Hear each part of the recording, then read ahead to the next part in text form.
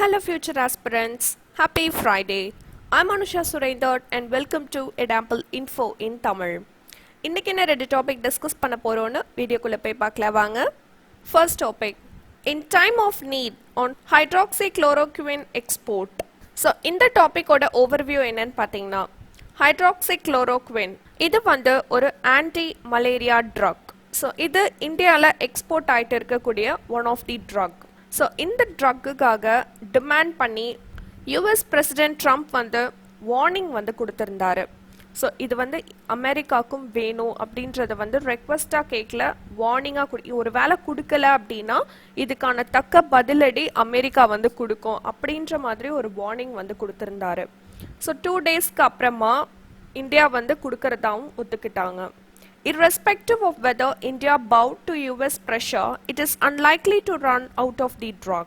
So ஒருவேளை India வந்து யூஎஸ்க்கு கட்டுப்பட்டு இதுக்கு கொடுக்குறோம் அப்படின்றத ஒத்துக்கிட்டாங்களா? ஏன்னா வந்து யாருமே குறைஞ்சவங்க கிடையாது. ஸோ யூஎஸ் வந்து ஒரு ஹியூமனிட்டி வைஸ் கூட ரெக்வஸ்டாக கேட்கல, அவங்க வந்து ரொம்பவே அரகண்டாக கேட்டிருந்தாங்க. ஸோ என்ன சொல்லியிருக்காங்க அப்படின்றது டிஸ்கஷனில் பார்க்கலாம். After imposing a blanket ban on the export of anti-malaria drug hydroxychloroquine on April 4 without exemptions on humanitarian or other grounds, India reversed the policy 2 days later. So blanket ban அப்படின்றது complete ban. So எதுவுமே அந்த drugs எதுவுமே ஒரு single கூட எங்களுக்கு வேணான்ற மாதிரி அந்த எக்ஸ்போர்ட்டேஷனை வந்து கேன்சல் பண்ணிட்டு 2 டேஸ்க்கு அப்புறமா யூஎஸ்ல இருந்து இப்படி ஒரு வார்னிங் வந்ததுக்கு அப்புறமா அந்த பாலிசியை மறுபடியும் ரிவர்ஸ் பண்ணியிருக்காங்க to export it. The decision to reverse the ban was made public hours after US President Donald Trump warned of retaliation if India withheld supplies of the drug for which orders had already been placed. So இந்த reversal இந்த decision வந்து எப்போ நடந்தது அப்படின்னா US president Donald Trump வந்து warning கொடுத்ததுக்கு அப்புறமா வார்ன்ட் of retaliation அப்படின்றது பதிலடி. ஸோ அது கொடுக்குறோம் அப்படின்னு சொன்னதுக்கு அப்புறமா கொஞ்சம் நேரத்திலே வந்து இந்தியா இந்த டெசிஷனை வந்து எடுத்துட்டாங்க. Given these circumstances, it would be difficult to believe that the decision to lift the restriction was taken independent of US pressure.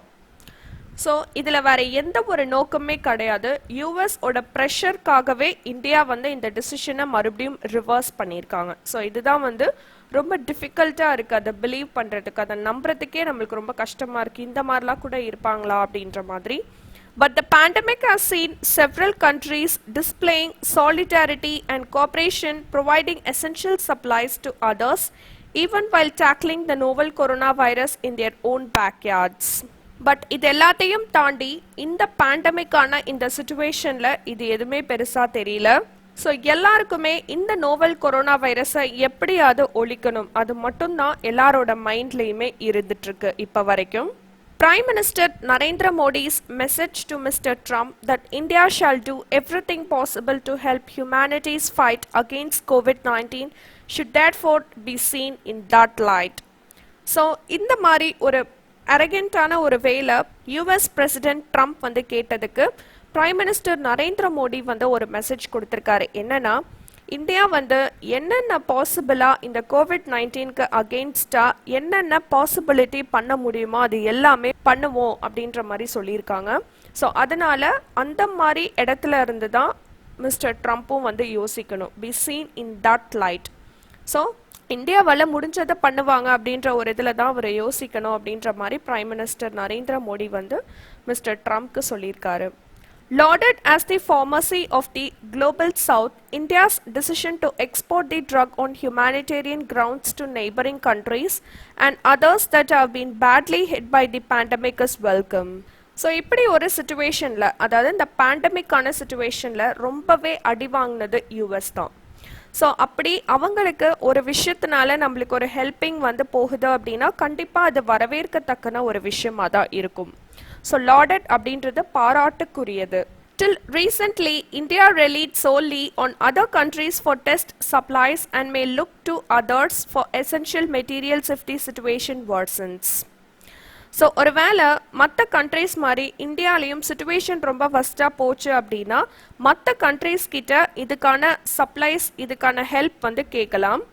Also, India may have much to gain from the US in the future by this diplomatic act of supplying the drug at a crucial time. So கண்டிப்பாக India வந்து யூஎஸ்க்கு இந்த மாதிரி ஒரு crucial டைமில் இந்த drugs வந்து supply பண்ணுறாங்க. So இதுக்கு ஃப்யூச்சரில் இதுக்கான ரிட்டர்ன்ஸ் வந்து கண்டிப்பாக எதிர்பார்க்க முடியும். ஏன்னா இப்படி ஒரு க்ரூஷியல் டைமில் வந்து இந்தியா ஹெல்ப் பண்ணுறாங்க இல்லையா. The sudden demand for hydroxychloroquine across the world arose after Mr. Trump championed it as treatment for COVID-19 patients.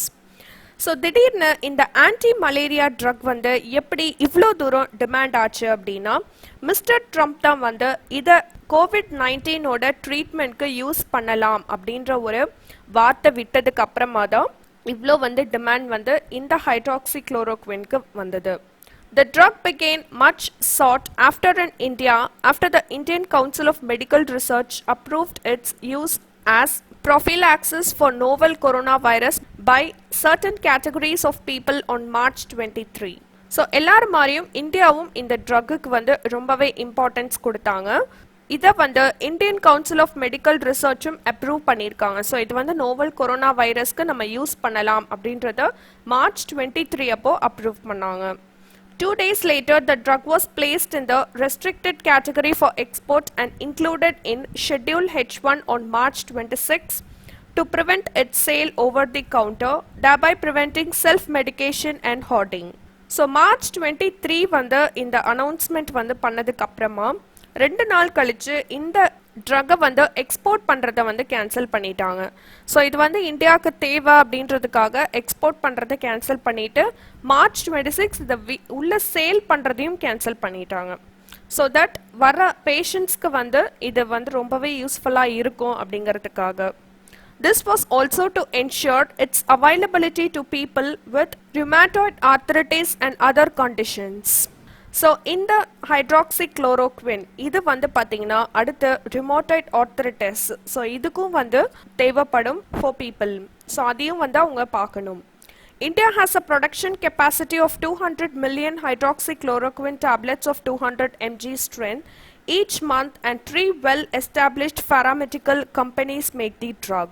So இந்தியாவில் வந்து பார்த்தீங்கன்னா 200 million hydroxychloroquine tablets of 200 milligram. So இது வந்து இருக்கு. அண்ட் அது மட்டும் இல்லாமல் 3 well established pharmaceutical, ஸோ அவங்க வந்து இந்த ட்ரக்கை வந்து தயாரிச்சிட்டு இருக்காங்க. While the capacity is sufficient to meet the current demand, the companies are confident of ramping up production if the needs arises. So இப்போ இருக்கிற வரைக்கும் இந்தியாவுக்கு போதுமான அளவு இந்த ட்ரக் வந்து இருக்கு. ஒரு வேளை இந்த நீட் வந்து ரொம்பவே அதிகரிச்சது அப்படின்னா கண்டிப்பாக இந்த கம்பெனிஸ் வந்து ப்ரொவைட் பண்ணுறதுக்கு தயாராக இருக்காங்க. In all likelihood, in the short term, India might not run off hydroxychloroquine as the National Task Force for COVID-19 had relied on weak anecdotal evidence to make the recommendation. So 3 பெரிய companies வந்து இந்த particular ட்ரக்கை வந்து தயாரிக்கிறதுனால India வந்து அந்த demand வந்து இருக்காது இந்தியாவுக்கு. So it is the national task force for COVID-19. So கண்டிப்பாக வந்து இது ஒரு வேளை COVID-19 க்யூர் பண்ணுது அப்படின்னா இந்தியாவுக்கு பெரிய டிமாண்ட் இருக்கவே இருக்காது. Though the US Food and Drug Administration issued on emergency use authorization for the drug to treat COVID-19 patients, on April 7, the Atlanta-based Centers for Disease Control and Prevention revised its position, saying there is no drug available to prevent or treat COVID-19. So இது வந்து April 7 அன்னைக்கு US food and drug administration வந்து ஒரு emergency and authorisation வந்து இதை COVID-19 இந்த ட்ரக்காக use பண்ணலாம், இந்த பேஷண்ட்ஸ்க்கு இந்த ட்ரக்கை வந்து யூஸ் பண்ணலான்னு சொன்னப்பையும் Atlanta based centers for disease control and prevention அவங்க வந்து இந்த COVID-19 க்யூர் பண்ணுறதுக்கு இல்லை அது வராமல் ப்ரிவென்ட் பண்ணுறதுக்கு எந்த ஒரு ட்ரக்குமே இப்போதைக்கு அவைலபிளாக இல்லை அப்படின்றத சொல்லிட்டாங்க. Clearly, more research work is needed to establish the efficacy of the drug. So ஒருத்தர் ஒரு மாதிரி இன்னொருத்தர் இன்னொரு மாதிரி சொல்கிறதுனால கண்டிப்பாக எந்த ஒரு ட்ரக் வந்து இந்த COVID-19 க்யூர் பண்ணுறதுக்கோ இல்லை ப்ரிவெண்ட் பண்ணுறதுக்கோ யூஸ் பண்ணலாம் அப்படின்ற ரிசர்ச் வந்து நம்மளுக்கு நிறைய தேவைப்படுது. டாபிக் 1ஓட டிஸ்கஷன் முடிஞ்சிடுச்சு, அதோட நியூஸ் இங்கே இருக்க செக் பண்ணிக்கோங்க. இப்போ வாங்க செகண்ட் டாபிக் போகலாம். Second topic, Victory in defeat on Bernie Sanders. So இந்த டாப்பிக்கோட ஓவர்வியூ என்னன்னு பார்த்தீங்கன்னா யூஎஸ்ல 2020 நவம்பர்ல பிரசிடென்ஷியல் எலெக்ஷன் வந்து நடக்க போகுது. ஸோ அந்த பிரசிடென்ஷியல் எலெக்ஷனோட நாமினேஷன் அதில் Joe Biden and Bernie Sanders வந்து ரொம்பவே போட்டியில் இருந்தாங்க. அதில் இப்போ பர்னி சாண்டர்ஸ் வந்து இந்த ரேஸ்லேருந்து வித்ட்ரால் பண்ணிட்டாரு. பிகாஸ் ஜோ பிடனுக்கு ஆல்ரெடி நிறைய சப்போர்ட் இருந்தது. எதனால அப்படின்னு பார்த்தீங்கன்னா பாரக் ஒபாமா வந்து பிரசிடெண்ட்டாக இருந்தப்போ Joe Biden was vice president. So அதனால அவருக்கோட சப்போர்ட் வந்து இன்னமும் இருந்துட்டு தான் இருக்கு. Despite a favourable opinion of his agenda Bernie Sanders could not overcome Joe Biden. அவருக்கும் நிறைய ஃபேவரபிள் ஒப்பீனியன் இருந்தாலும் கூட ஜோ பிடனை ஓவர் கம் பண்ணி பர்னி சாண்டர்ஸால வர முடியல. ஸோ அதை பற்றி தான் இந்த டாப்பிக்கில் டிஸ்கஸ் பண்ண போகிறோம். Bernie Sanders' withdrawal from the race for the presidential nominee from the Democratic Party at this juncture comes as no surprise. So, in the time la vandu Bernie Sanders oda from the race withdrawal vandu surprise kediyadu for the presidential nominee. Ever since the Democratic Party field narrowed down to just two, the former Vice President Joe Biden being endorsed as the overwhelming favorite of the party establishment, Mr. Sanders found the going tough. So, idhula vandu Bernie Sanders vandu purinjikitaru that former Vice President Joe Biden ku nariya supportive and he is one of the favorite of the party. So, adanale vandu andha idha purinjikita he withdrawed it. After his strong victory in the South Carolina primary, Mr. Biden emerged as the first among equals among the moderates and consolidated support for himself after the rest of the field was winnowed due to dropouts by other candidates. So, idhula vandu nariya candidates vandu பங்கேற்பாங்க. So, in the South Carolina, இந்த இடத்துல வந்து Mr. Joe Biden தான் வந்து win பண்ணியிருந்தாரு. He is the first among equals. So, இதனால மற்ற candidates எல்லாருமே withdraw பண்ணிட்டாங்க. ஸோ ஒரு இடத்துல வந்து தெரியும் யார் ரொம்ப ஸ்ட்ராங்காக இருக்காங்க அப்படின்றது. ஸோ அதனால் மற்ற கேண்டிடேட்ஸ் புரிஞ்சுக்கிட்டு வித்ட்ரா பண்ணிட்டாங்க. In direct contest after his trip in the Nevada caucuses, Mr. Sanders did not fare too well and Mr. Biden emerged as the presumptive nominee. So அடுத்து வந்து அந்த Nevada caucuses. So western United ஸ்டேட்ஸில் Nevada is one of the state. So அங்கேயும் வந்து mister சாண்டர்ஸ்க்கு அவரோட performance அவ்வளோ இல்லை. So அதனால அங்கேயும் mister Biden emerged as the presumptive. Mister பிடனுக்கு தான் வந்து ரொம்ப சப்போர்ட் இருந்தது and he was the presumptive nominee. With the COVID-19 pandemic relegating the Democratic contest between the two septuagenarians to a lower priority among American voters, the path to a nomination soon became non-existent for Mr. Sanders. So இது ஒரு பக்கம் இருக்க, இன்னொரு பக்கம் இந்த COVID-19 pandemic. So இது வந்து ரெலிகேட்டிங் த democratic contest, ரெலிகேட்டிங் அப்படின்றது வெளியேற்றுறது, பிட்வீன் த டூ செப்டியூஜெனரியன்ஸ் அப்படின்றது 70 to 79 ஏஜ்குள்ளே இருக்கிறவங்கள தான் வந்து செப்டியூஜெனரியன்ஸ் அப்படின்னு சொல்கிறது. ஸோ ரெண்டு செப்டியூஜெனரியன்ஸ் இருக்காங்க. ஸோ அவங்களுக்குள்ள இருக்கக்கூடிய இந்த போட்டி. ஸோ இந்த COVID-19ஓட பேண்டமிக் வந்து பெருசாக இருக்கிறதுனால இந்த எலெக்ஷன் வந்து லோவர் ப்ரையாரிட்டிக்கு போயிடுச்சு. Without a large enthusiastic voter turnout, his chances of staging a comeback grew even weaker, forcing him to withdraw. So இந்த டைமில் பெருசாக ஏன் வந்து வித்ட்ரா பண்ணாரு மிஸ்டர் சாண்டர்ஸ் அப்படின்றது வந்து சொல்லியிருக்காங்க. ஒரு கம்பேக் வந்து அவரால் பெருசாக கொடுக்க முடியல, அது வந்து ரொம்பவே வீக் ஆயிருக்கு. Mr. Sanders ran on a social democratic ticket promising a universal and single-payer healthcare, free college education and a Green New Deal to tackle climate change. So, எல்லாருமே வந்து கேம்பெயின் அப்போ இந்த பிரச்சாரம் அப்போ என்ன சொல்லுவாங்களோ அதுதான் மிஸ்டர் சாண்டர்ஸும் பண்ணாரு. காலேஜ் எஜுகேஷன் எல்லாமே ஃப்ரீ அண்ட் வந்து கிளைமேட் சேஞ்ச் இருக்கு இல்லையா, அது வந்து எல்லா கண்ட்ரீஸுமே சேர்ந்து டிசைட் பண்ணுற ஒன்று, அதை வந்து டேக்கிள் பண்ண போகிறதாவும் அண்ட் ஹெல்த் கேர் இதில் எல்லாத்துலேயுமே வந்து மிஸ்டர் சாண்டர்ஸ் அந்த ப்ராமிசிங் வந்து பண்ணியிருந்தாரு. A lifelong independent, before he entered the Democratic primaries in 2016, Mr. Sanders' earlier campaign had also ended in defeat, but he managed to bring his progressive positions to the center of the Democratic Party debates, buoyed by support especially among the youth and the white working class. So இதுக்கு முன்னாடி 2016லையுமே வந்து இதே மாதிரி situation தான் நடந்தது. But அதில் கொஞ்சம் moreover manage பண்ணி கொண்டு வந்தார். அண்ட் அவருக்கு நிறைய யூத்ஸ் கிட்ட இருந்து சப்போர்ட் வந்துட்டே இருந்தது.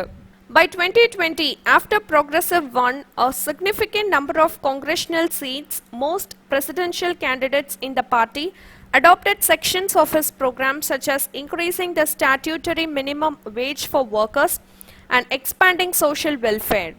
So in the 2020 இந்த எலெக்ஷன்ல வந்து நிறைய கேண்டிடேட்ஸ் வந்து பார்ட்டிசிபேட் பண்ணுவாங்க இல்லையா, அந்த கேண்டிடேட்ஸ் எல்லாருமே ஒரு சில விஷயங்கள் வந்து ஸ்டேபிளா வச்சிருந்தது என்ன அப்படின்னு பார்த்தீங்கன்னா, increasing the statutory minimum wage for workers. So workers எல்லாருக்குமே அந்த மினிமம் வேஜ் வந்து இன்க்ரீஸ் பண்ண போறதா, அதாவது சாலரிஸ் வந்து இன்க்ரீஸ் பண்ண போறதா சொல்லியிருந்தாங்க. And expanding social welfare, so சொசைட்டியோட நலன் கருதி அதை வந்து இன்க்ரீஸ் பண்ண போறதாவும் சொல்லியிருந்தாங்க. But his unapologetic embrace of the term democratic socialist to describe himself in a country that fought a half a century long Cold War for the triumph of capitalism, his crusade against the wealthy and for campaign financing regulations among other systemic changes did not endear him to the democratic establishment. அவருக்கு வந்து ஒரு நல்ல support இருந்தாலும் கூட அதுக்கப்புறமா நிறைய விஷயத்தினால he lost his support. So unapologetic அப்படின்றது ஒரு தப்பு பண்ணால் அதுக்கு வந்து அப்பாலஜைஸ், அதாவது மன்னிப்பு கேட்கணும், அதை வந்து ரெக்ரெட் பண்ணாமல் இருக்கிறது தான் வந்து அன்அப்பாலஜெட்டிக். ஸோ அந்த மாதிரி நிறைய விஷயத்தினால அவரோட சப்போர்ட் வந்து அவருக்கு போயிடுச்சு. Mr. Sanders' emphasis on economic justice as key to overcome the social inequality in a racially divided US did not have as many takers among African American voters who preferred Mr. Biden's safer candidacy due to his identification with Barack Obama's presidency in which he served as vice president. So நான் ஃபர்ஸ்டே சொன்ன மாதிரி எதனால mister பிடனுக்கு வந்து இவ்வளோ தூரம் வந்து support இருக்கு அப்படின்னா, பாரக் ஒபாமாவோட பிரசிடென்சி அப்போதான் மிஸ்டர் பிடன் வந்து வைஸ் பிரசிடெண்டா இருந்தாரு. ஸோ அதனால தான் மிஸ்டர் சாண்டர்ஸை விட்டுட்டு மிஸ்டர் பிடனுக்கு வந்து இவ்வளோ தூரம் சப்போர்ட் வந்து இருக்கு, which are African American voters வந்து அதிகமாகவே இருக்காங்க.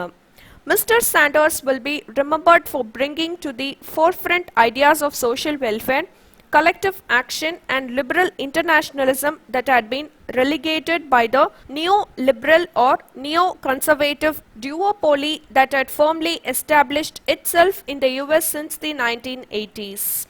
So 1980s பார்த்தீங்கன்னா மிஸ்டர் சாண்டர்ஸ் வந்து நிறையவே இந்த யூஎஸோட எஸ்டாப்ளிஷ்மெண்ட்க்கு வந்து உதவி பண்ணியிருக்காரு. That is he has brought some forefront ideas.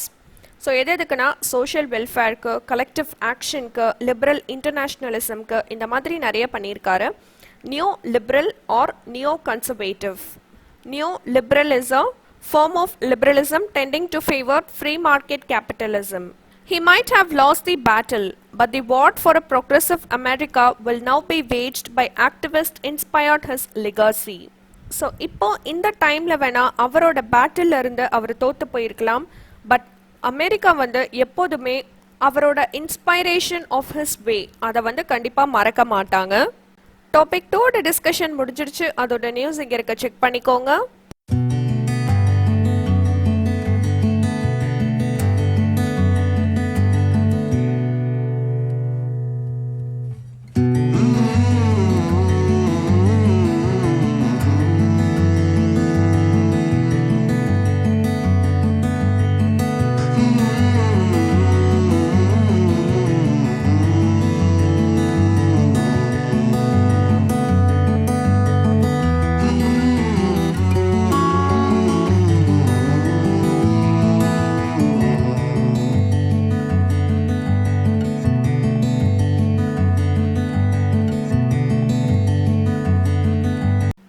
Video உங்களுக்கு யூஸ்ஃபுல்லாக இருந்ததுன்னா சப்ஸ்கிரைப் பண்ணிக்கோங்க. உங்களை நெக்ஸ்ட் யூஸ்ஃபுல்லான வீடியோவில் மீட் பண்ணுறேன். பாய்.